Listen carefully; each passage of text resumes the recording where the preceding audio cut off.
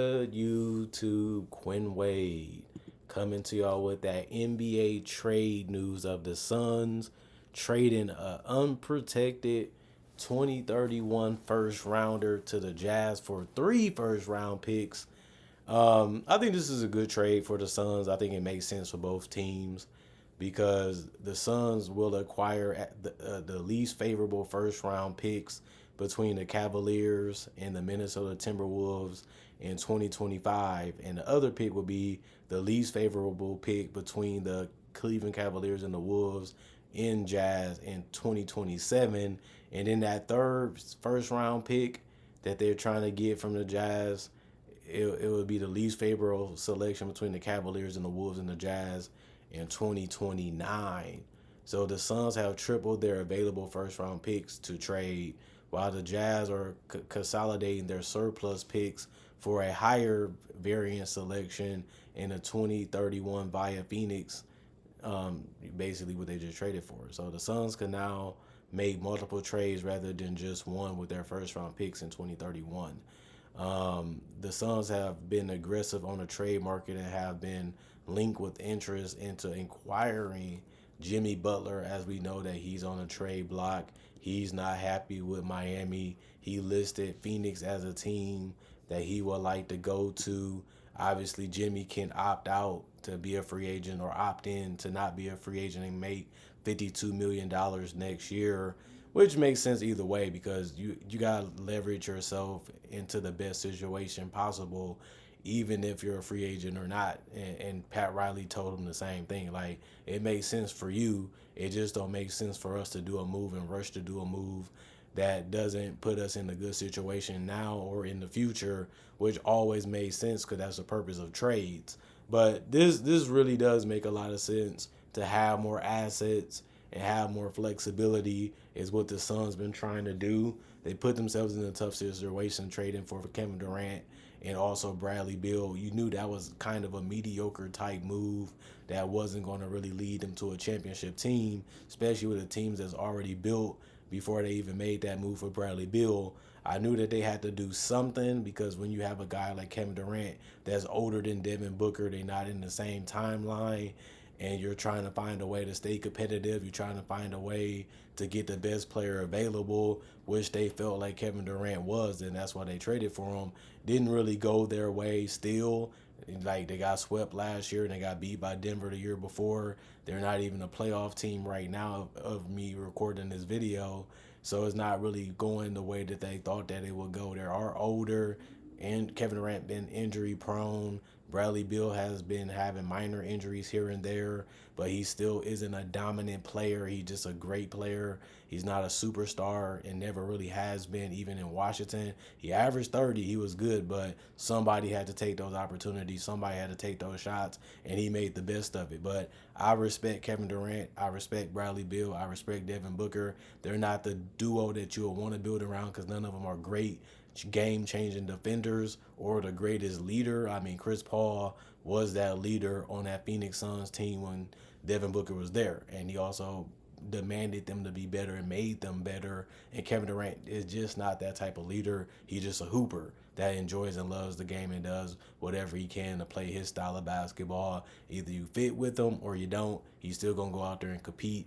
You like it, that's the way he leads. It's not a problem with it. You just got to understand that when you're making that move for him. But when it comes to the Suns, they put themselves in a tough situation, man, because they're not a contender this year. They're not one of the better teams, even in the Western Conference. I know they got off to a good start, and everybody was believing in them, and everybody thought that Kevin Durant was an MVP candidate just because of those reasons.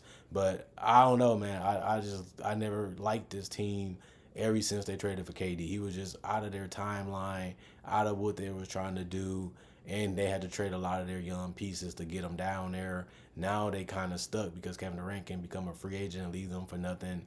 And then you know that Bradley Beal and Devin Booker ain't enough to probably even make the playoffs in the Western Conference if Kevin Durant does decide to leave. And Jimmy Butler, I don't look at him as a guy that's going to come into Phoenix and make them a championship team. He might be a better fit than Bradley Beal because he's a facilitator. He's a guy that can defend. He's a guy that can rebound. He's a guy that can step his game up.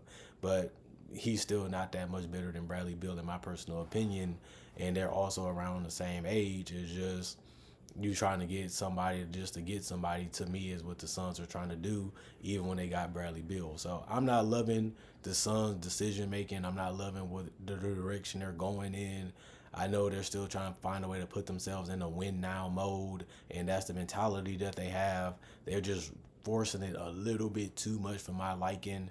And these picks is probably the best trade they've made in a while. Like, just bolstering their assets is the best thing that they can do, even if it's for trade, even if it's for a retool, even if it's for a rebuild. Because Devin Booker said, you know what, I ain't going nowhere. And the guy that's going to get them the most return, honestly, is Devin Booker. If you trade him, you're going to get something at a large commodity, because he is one of the best guards in the league, and he is still a young player, and he still is under contract. So I think that it makes sense to look at it that way. If you're really trying to get the best return, maybe you just blow up this entire team, get rid of Bill, get rid of Kevin Durant, and try to get as much as you can from Devin Booker.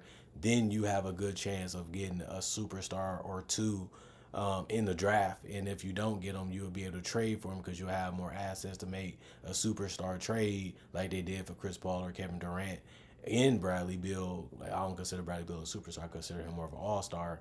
But I like it. Like, the Suns are getting in a better situation slowly, but they how this thing go end with the big three that they have is going to be the thing that's going to be interesting for us to keep an eye on. Like, we know that they can play, we know that they can play together, but we know that they don't have enough to get over that hump to win a championship. And that's what this team was trying to be built as the last 10 years. They're able to get to the finals, but that was a whole different team. And that actually was a team that was in the age group of Devin Booker too. And this team is just a bunch of veterans trying to find out how to stay in the league a little longer, because they still love and enjoy playing basketball. And they basically in early retirement playing for this Phoenix Suns team.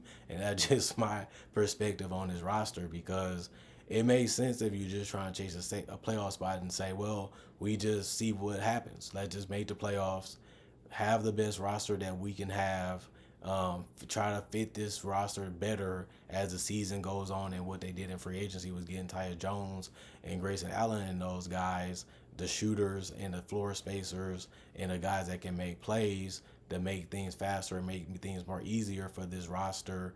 It made sense, and it still does. It just didn't make them a championship team. It just made them a better fit for each other, and it still hasn't been the ideal fit that you would need if you're trying to go all in for winning. But I always said it, like the Raptors did, you can just be good enough to make the playoffs and just play better basketball in the playoffs and just make a run and just end up as champions. You just never really know what you can become and what you can do until you actually lock in your playoff spot.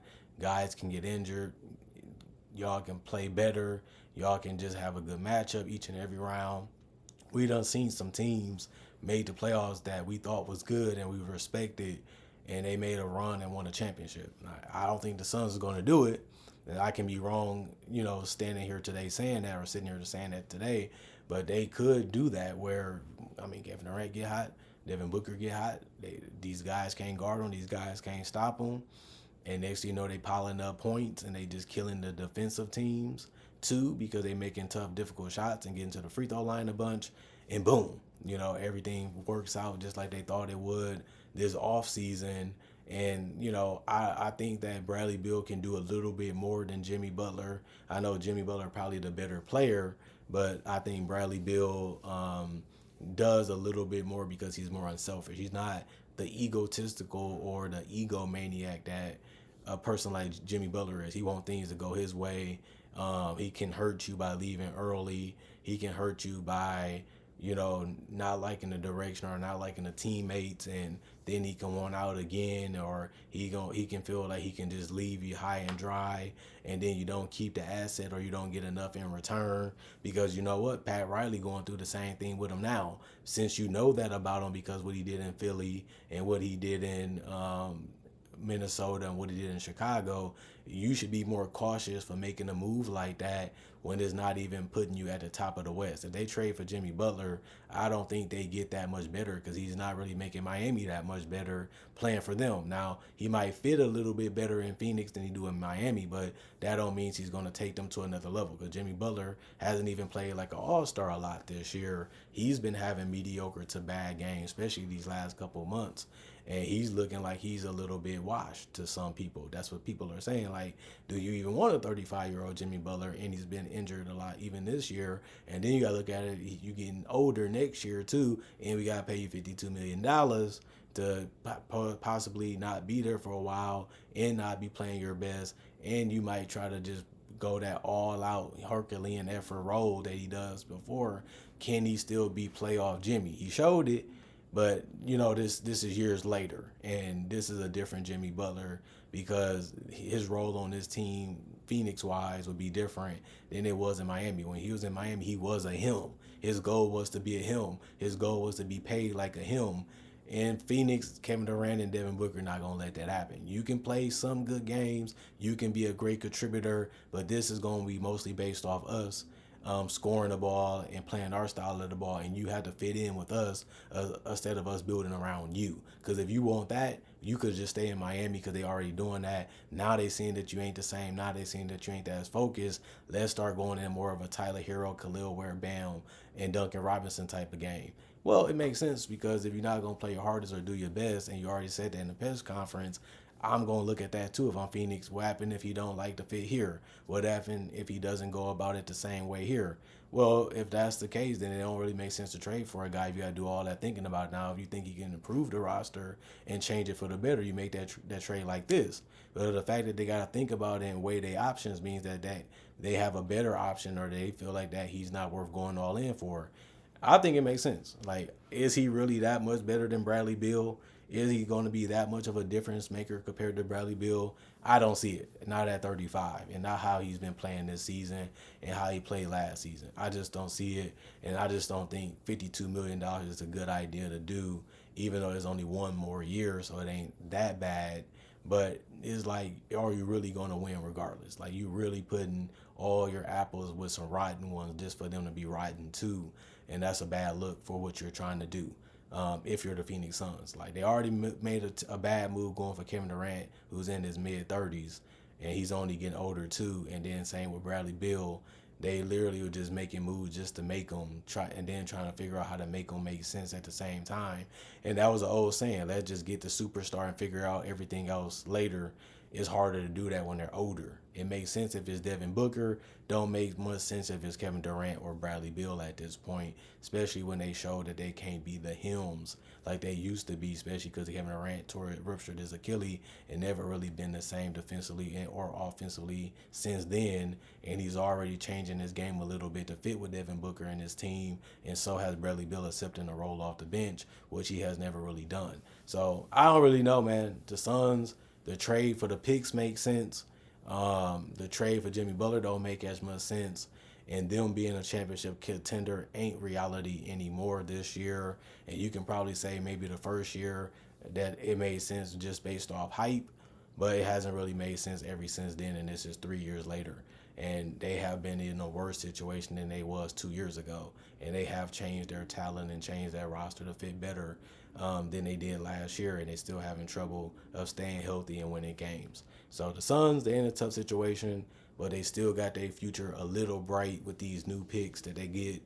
And we're going to see what they turn out to be and what they become, because you never know what they do with them, because first round picks are very valuable. We all know that, and they can always add up to become something more if they don't even become the players in the draft. And that's something good to know. Other than that, comment, like, subscribe, share, hit the notification bell for more analysis. And if you're new to the channel, I do conversation videos just like this in different variety about the NBA only. And I also do breakdowns with real footage of legends, current legends, rookies, and also future stars. And I also do mock draft and draft coverage too. Not only that, if you want to see some different videos or some different type of things that I like, you can check out my social media that's on my channel. I also got 3,000 plus videos already done on my channel if you want to check those out too and become a subscriber, or you think about becoming a subscriber and you want to see what else I do. My channels are on my videos is on my channel. Not only that, let's make this 2025 better than 2015. We off to a great start.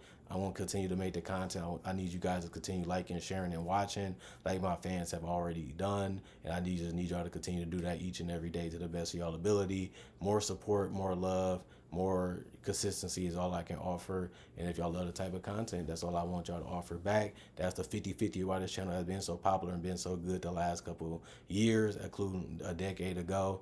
And it's just crazy to be here a decade later making the same type of videos and you guys still loving it and enjoying it, and new people are too. Other than that, I'm gone for now. See you guys later. Y'all stay blessed, and I'm gone.